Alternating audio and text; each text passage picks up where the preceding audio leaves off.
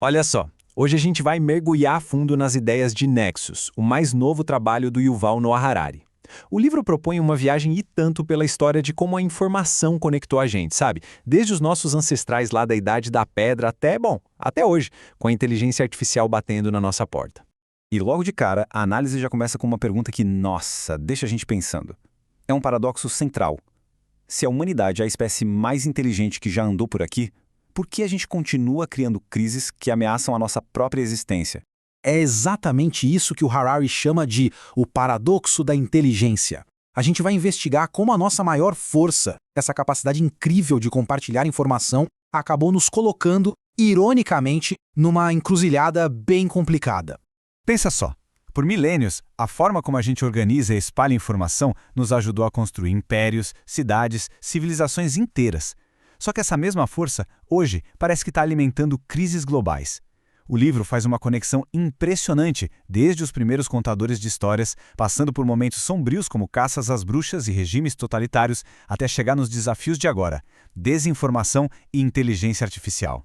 E para a gente entender esse paradoxo, o Harari apresenta duas, vamos chamar de tecnologias de informação que foram essenciais para a sociedade humana crescer: as histórias e os documentos.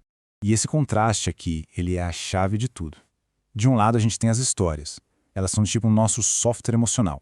São elas que nos unem, criam mitos que a gente compartilha e dão um propósito para grupos enormes, como foi com o movimento sionista, por exemplo. Do outro lado temos os documentos. Aí a gente está falando de tábuas de argila com escrita cuneiforme, leis, censos. Eles são mais secos, factuais, e são a espinha dorsal de qualquer burocracia. É o que gerencia toda a complexidade que as histórias ajudam a criar.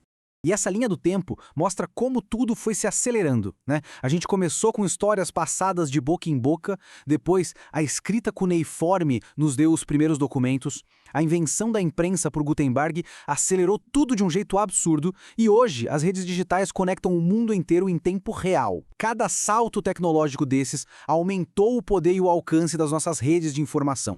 Mas, no fundo de toda essa tecnologia, a ideia central do Harari é esta. O que importa de verdade não é a escrita, a imprensa ou a internet em si. A força mais poderosa do mundo sempre foi e continua sendo a conexão humana que essas tecnologias todas permitem. Isso nos traz a uma questão para a gente refletir.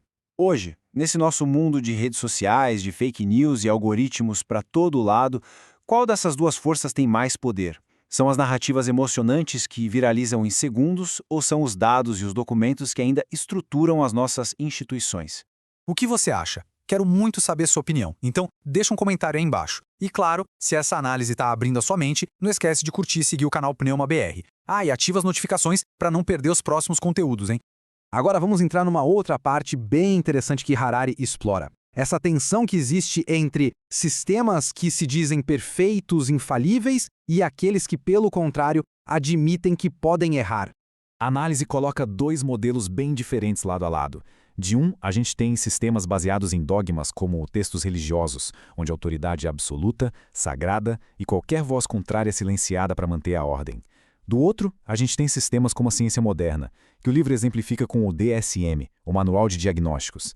Aqui, a autoridade não vem de ser perfeito, mas sim do compromisso com a verdade, e isso inclui corrigir constantemente os erros do passado. Então, a grande sacada aqui é a seguinte: a maior força da ciência não é que ela nunca erra. Pelo contrário, é que ela tem um mecanismo interno para reconhecer os erros e superá-los. Essa capacidade de se autocriticar e se corrigir é o que permite o verdadeiro progresso. E com tudo isso em mente, a gente chega no agora. A Harari argumenta que a ascensão da inteligência artificial é a próxima grande revolução da informação.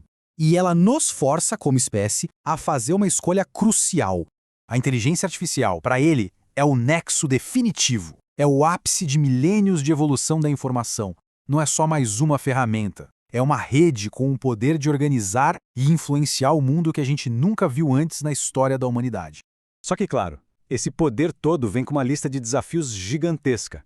Os algoritmos podem reforçar preconceitos e criar discriminação. A falta de supervisão humana pode gerar sistemas que ninguém entende ou controla direito. A gente corre o risco de criar mitos algorítmicos, ou seja, tratar o que as máquinas dizem como verdade absoluta. E, claro, tem o perigo de concentrar um poder imenso em pouquíssimos impérios digitais. O risco geopolítico disso é enorme. Pensa só.